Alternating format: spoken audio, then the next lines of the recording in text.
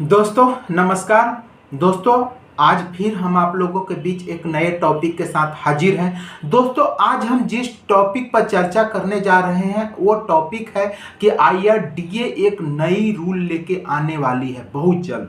दोस्तों यह रूल है क्या? दोस्तों यह रूल यह है कि अगर कोई पॉलिसी होल्डर अपने वर्तमान एजेंट से खुश नहीं है तो वह अपना एजेंट पोर्टेबिलिटी करा सकता है, यानी कि वो अपना एजेंट चेंज करा सकता है। दोस्तों यह रूल बहुत जल्द मार्केट में आईआरडीए के द्वारा आने वाला है। दोस्तों यह रूल बहुत जल्दी आएगा। दोस्तों हमको एक आईआरडीए में ही नौकरी करने वाले बंदे से बात हुई फोन पर, मैं नाम नहीं बताऊंगा। उन्होंने बोला कि आईआरडीए इंश्योरेंस में बहुत तरह के चेंजिंग करने वाला है, तो उसमें से एक मैं सभी चेंजिंग के ऊपर एक एक करके वीडियो बनाऊंगा, लेकिन उसमें से ये भी एक चेंजिंग होने वाला है बहुत जल्द कि आप अपना एजेंट को बदल सकते हैं अगर आप अपना वर्तमान एजेंट से खुश नहीं है तो। दोस्तों हेल्थ इंश्योरेंस में ये रूल पहले से चला आ रहा है कि अगर आप किसी वर्तमान कंपनी से खुश नहीं, अगर किसी कंपनी से हेल्थ इंश्योरेंस लिए हैं, अगर आप खुश नहीं है तो आप किसी दूसरे कंपनी में पोर्टेबिलिटी करा सकते हैं। जबकि दोस्तों लाइफ इंश्योरेंस में ये रूल नहीं था, तो ये रूल आ रहा है, बहुत जल्द आ रहा है। अब दोस्तों मैं इस रूल पर चर्चा करूंगा कि क्या ये रूल से सही में कस्टमर को फायदा होगा या नहीं होगा, क्या इस रूल को लाना सही है या गलत है, इसी कुछ बिंदु पर मैं चर्चा करूंगा। दोस्तों सबसे पहले मैं बता दूं कि इस रूल से कस्टमर को फायदा क्या होगा। दोस्तों फायदा ये होगा कि अगर मान के चलिए सही में एजेंट अगर सर्विस नहीं दे रहा है, तो अगर कोई दूसरा अच्छा एजेंट से में अगर वो पोर्टेबिलिटी करा ले रहे हैं, उससे सर्विस अच्छा मिलता है, तो कस्टमर के लिए बहुत अच्छा होगा। दोस्तों होता क्या है, अक्सर एजेंट लोग नए पॉलिसी लेते समय ही कस्टमर पर ज़्यादा ध्यान देते हैं,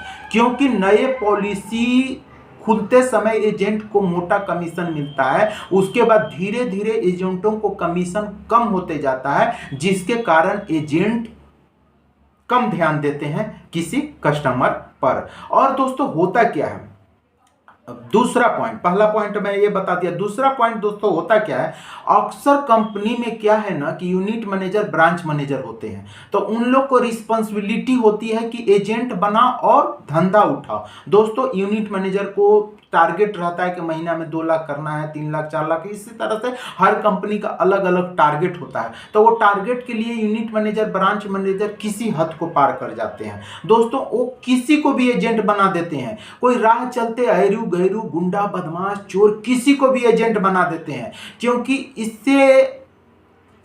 इससे उनको कोई मतलब नहीं होता यूनिट मैनेजर ब्रांच मैनेजर को कि कस्टमर का क्या होगा। बस उनको टारगेट रहता है, क्योंकि जो यूनिट मैनेजर ब्रांच मैनेजर होते हैं वो सैलरी होल्डर होते हैं, उनको कस्टमर से क्या लेना देना, उनको तो बस मतलब होता है कि मेरा धंधा उठ जाए, तो वो किसी को भी एजेंट बना देते हैं बरगला करके। और दोस्तों एजेंट बनने का क्वालिफिकेशन भी लोअर रखा गया है, मैट्रिक, जिसका कि मैं समर्थन नहीं करता हूँ। दोस्तों एक अच्छे एडवाइजर के लिए क्वालिफिकेशन कम से कम ग्रेजुएट होना चाहिए, क्योंकि इंश्योरेंस सेक्टर में बहुत कुछ समझने और समझाने के लिए है। तो दोस्तों होता क्या है कि अगर यूनिट मैनेजर ब्रांच मैनेजर किसी अनपढ़ गंवार को, किसी चोर को, किसी लफंगे को अगर एजेंट बना देते हैं, तो वो एजेंट क्या करता है कि ज़्यादा दिन मार्केट में काम नहीं करता है। वो क्या करता है, कुछ पॉलिसी खोलता है, उसके बाद धीरे धीरे क्या होता है कि वो मार्केट से आउट हो जाता है, कोई और काम धंधा स्टार्ट कर लेता है, जिसके कारण दोस्तों कस्टमर को काफी नुकसान होता है। क्योंकि कोई भी पॉलिसी 1-2 साल का नहीं होता है, कोई भी पॉलिसी 10 साल 12 साल 15 साल का होता है। यहाँ तक कि LIC के पॉलिसी तो बहुत लंबे अवधि के होते हैं।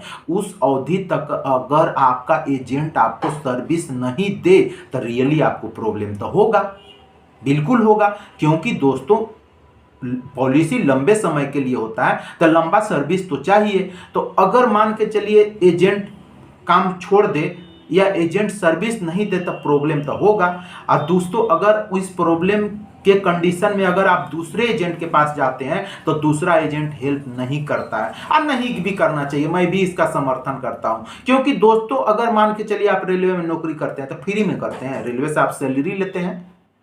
कोई डॉक्टर है वो फ्री में दवाई लिखते हैं, वो हमसे फी लेते हैं। एडवोकेट फ्री में हमसे कोई काम करा हमारा काम करते हैं, फी लेते हैं। इस दुनिया में दोस्तों कोई भी आदमी फ्री में कोई भी काम नहीं करता है। दुकानदार लोग अपना कमीशन लेते हैं, हर कोई इस दुनिया में दो पैसा कमाना चाहता है। तो कोई दूसरा एजेंट आपको सर्विस क्यों देगा? बिल्कुल नहीं देना चाहिए। मैं तो बोलता हूं एजेंट को भी कि आप सर्विस मत दीजिए। क्यों दीजिएगा भाई फोकट में सर्विस? और कस्टमर को भी चाहिए कि उसी से सर्विस ले जिससे वो पॉलिसी खुलाए हैं, क्योंकि कस्टमर को भी ईमानदार होना चाहिए, एजेंट को भी ईमानदार होना चाहिए, और हर किसी को अपने काम का ही कमीशन मिलना चाहिए। तो दोस्तों उस कंडीशन में क्या होता है ना, कस्टमर को काफी प्रॉब्लम फेस करना पड़ता है। तो अगर ये रूल ला रहा है IRDA तो मैं इस रूल का समर्थन करता हूं। दोस्तों ये रूल को मैं बहुत अच्छा रूल मानता हूं। लेकिन दोस्तों होता क्या है, इस रूल में कस्टमर को फायदा होगा तो कस्टमर को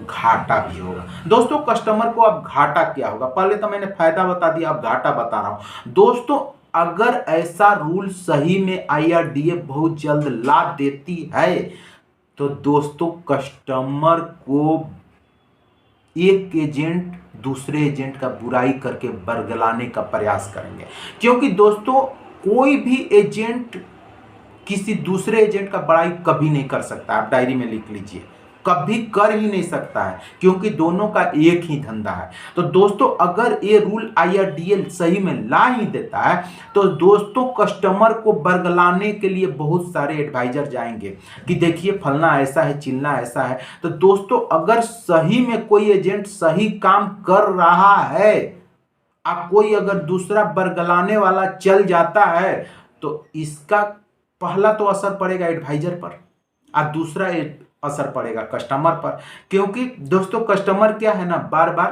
कंफ्यूज रहेगा। तो अगर कोई बंदा अगर म्यूचुअल फंड में इन्वेस्ट किया है, अगर मान के चलिए वो यूलिप प्लान लिया है, तो यूलिप प्लान में दोस्तों जिस तरह से एक मास्टर को एक्सपीरियंस होता है ना किसी बच्चा के बारे में कि किस बच्चा पर क्या ध्यान देना है, किस पे अधिक ध्यान देना है, किस पे कम ध्यान देना है, एक क्लास टीचर को बारीकी से समझ में रहता है, बारीकी समझ जाता है अपने क्लास के बारे में। उसी तरह से कि एजेंट को भी अच्छा एक्सपीरियंस रहता है कि किस पॉलिसी पर कितना ध्यान देना है, किस पॉलिसी पर किस मैंने बॉन्ड में पैसे डाला है, आप किस में चेंजिंग करना है। तो दोस्तों यह चेंजिंग का जो लफड़ा है ना, नए एजेंट को नहीं समझ में आएगा, जिसका खामियाजा कस्टमर को भुगतना पड़ेगा। ट्रेडिशनल में तो नहीं भुगतना पड़ेगा, लेकिन यूलिप में भुगतना पड़ेगा। तो दोस्तों इस जो रूल आने वाला है, इस रूल को मैं 50-50 मानता हूं। मैं इस रूल को 50% सही मानता हूं और 50% गलत भी मानता हूं। सही ये है कि सही में अगर कस्टमर के साथ अगर गलत हो रहा है तो सही होना शुरू हो जाएगा। अगर कोई एजेंट गलत है तो अपना सर्विस सुधारेगा, ये सही बात है।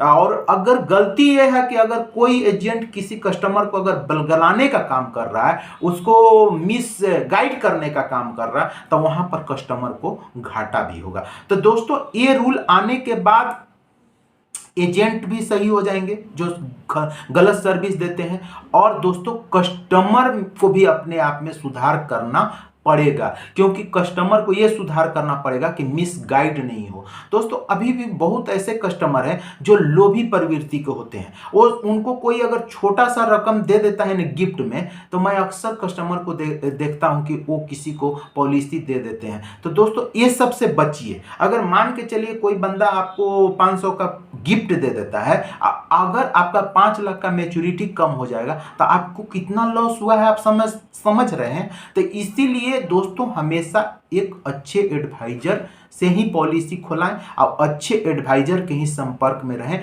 आपको जिंदगी में कोई प्रॉब्लम होने वाला नहीं है। तो दोस्तों ये रूल आने के बाद कस्टमर को भी सचेत रहना है, एडवाइजर को भी सचेत रहना है। मैं इस रूल को 50-50 मानता हूँ, 50% सही भी मानता हूँ, 50% गलत भी मानता हूँ। और IRDA तो इंश्योरेंस का माई बाप है, तो हमें तो नहीं लगता है कि कोई भी रूल गलत लाने वाला है। कोई भी रूल लाएगा तो सोच समझ के ही लाएगा, और जो भी उसका रूल होगा उसका तो पालन हम लोग को करना ही पड़ेगा, लेकिन दोस्तों सतर्क रहते हुए। दोस्तों चलिए इसी बात के साथ मैं इस वीडियो को विराम देता हूं दोस्तों, नमस्कार।